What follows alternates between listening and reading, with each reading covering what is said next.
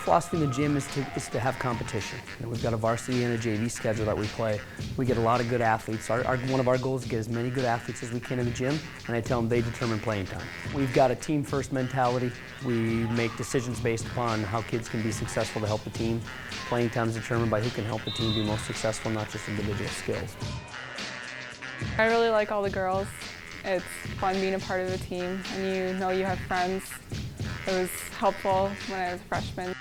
You come in right away with 20 immediate friends that you know are going through the same thing, so you have go-to people. And you're going to have lifelong friends that you're going to walk away from here, and everybody is really friendly, the coaches, all the staff.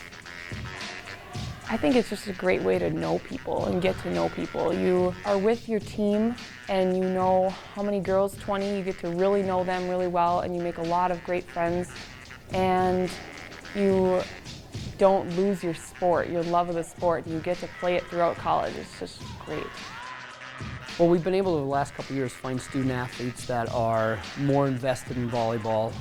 Volleyball is a higher priority on their priority list. They want to be successful on the court. They also want to be very successful in the classroom. These young women that we bring in know that they're not going to make a career out of playing volleyball, so the academic piece is very important. And they also know that a lot of them want to go into grad school or want to start jobs without being $60,000, $70,000, $80,000 in student loan debt. When we finally beat Northwestern, that was very exciting for us. Morris hasn't beat Northwestern in, I think it's 5 years, so it was a big win for us, and we were really happy. Just a really good team booster, and the whole bench was in it, and it was just really fun.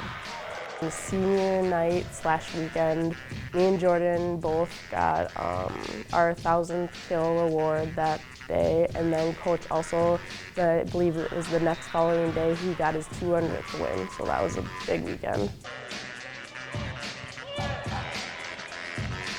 I love the fact that we can give you the best of three worlds, the best combination of three things. We're an affordable college.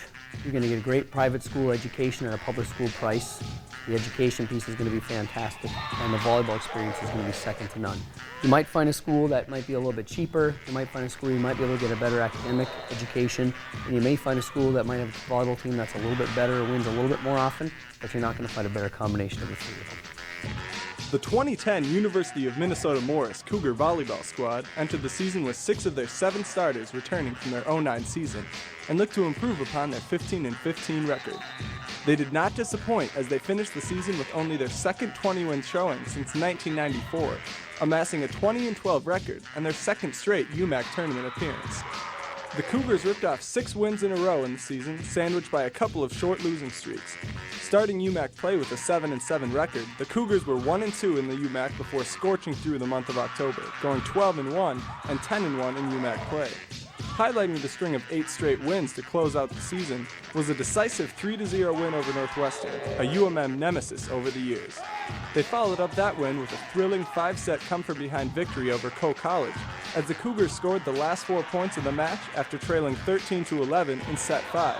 In the last weekend of the season, UMM played host to Martin Luther on a Friday night where they dug themselves a 2-0 hole and were down in the third set 23-19 before rallying for 6 straight points and staving off elimination, and roared back, outscoring the Knights 14-3 to win the set and the match and secure a tie for second place in UMAC play.